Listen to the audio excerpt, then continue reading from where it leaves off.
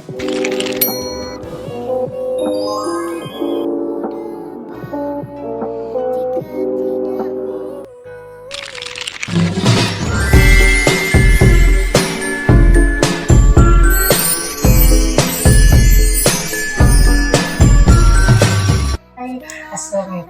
warahmatullahi wabarakatuh.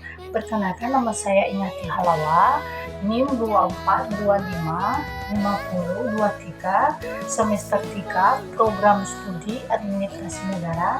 Di video ini untuk memenuhi tugas teori organisasi, dosen pengaku Ibu Dr. Dr. Marina Puspita, SIP MA, keterangan tugas membuat resume buku.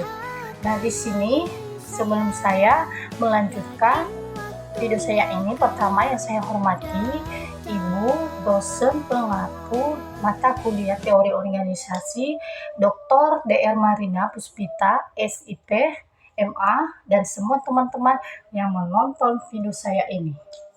Nah, di sini resume buku dengan judul Teori Organisasi dan Sejarah Perkembangan Teori Organisasi. Nah, di sini ada 10 bab yang saya paparkan kepada teman-teman semua. Mari kita saksikan.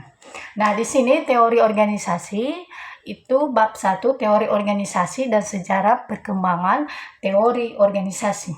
Nah, teori organisasi, sejarah perkembangan teori organisasi ini dapat menekankan pada efisien struktur formal menuju perhatian pada aspek manusia dan kemampuan adaptasi organisasi terhadap lingkungan.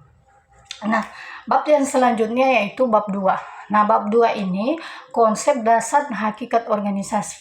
Nah, konsep dasar organisasi sebagai wadah kerjasama untuk mencapai tujuan bersama. Nah, organisasi memiliki unsur tujuan, sumber daya manusia, struktur, pembagian kerja, wewenang, dan koordinasi. Nah, hakikat organisasi ini dipahami sebagai sistem sosial yang dinamis terus berkembang seiring perubahan lingkungan. Nah, bab yang selanjutnya yaitu bab 3. Nah, bab 3, paradigma organisasi. Nah, paradigma organisasi ini sebagai cara pandang dalam memahami dan mengelola organisasi. Nah, perbedaan paradigma memengaruhi pendekatan dan pengambilan keputusan dalam pengelolaan organisasi sesuai dengan nilai, budaya, dan konteks sosial. Dan bab selanjutnya teman-teman yaitu bab 4, lingkungan organisasi. Nah, lingkungan organisasi yang terdiri dari lingkungan internal dan eksternal. Nah, di sini lingkungan internal itu yaitu meliputi sumber daya manusia, struktur, dan budaya organisasi. Sedangkan lingkungan eksternal itu mencakup faktor politik, ekonomi, sosial, dan teknologi. Nah, lingkungan berpengaruh besar terhadap keberlangsungan organisasi. Nah, bab selanjutnya yaitu bab 4, struktur dan desain organisasi. Nah, struktur organisasi sebagai kerangka formal pembagian tugas, wewenang, dan tanggung jawab. Desain organisasi disusun untuk mendukung pencapaian tujuan serta efektif dan efisien, serta meningkatkan koordinasi dan dalam kinerja organisasi. Nah, bab selanjutnya yaitu bab 6. Nah, bab 6 ini kinerja organisasi. Nah, kinerja organisasi ini sebagai tingkat keberhasilan organisasi dalam mencapai tujuan. Kinerja organisasi dipengaruhi oleh kepemimpinan, kualitas sumber daya manusia, struktur, serta sistem kerja. Nah, pengukuran kinerja diperlukan untuk evaluasi dan perbaikan berkelanjutan.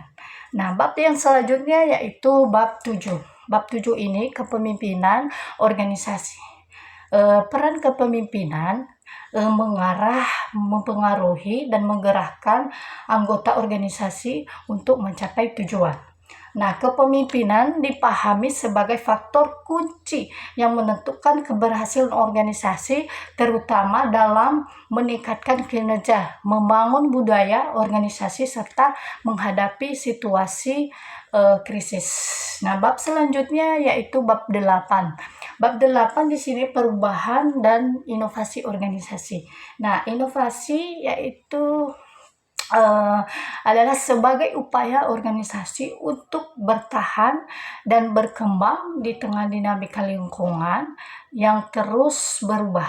Perubahan dan inovasi dipandang sebagai proses strategis yang harus dikelola secara sistematis. Dan bab yang selanjutnya yaitu bab 9.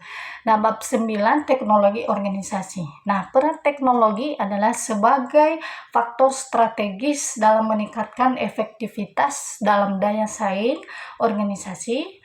Pemanfaatan teknologi yang tepat memungkinkan organisasi kerja lebih efisien, adaptif, dan responsif terhadap perubahan lingkungan.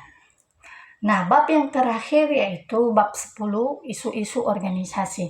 Nah, isu-isu organisasi yaitu di sini isu-isu aktual yang dipahami organisasi dalam menjalankan aktivitas.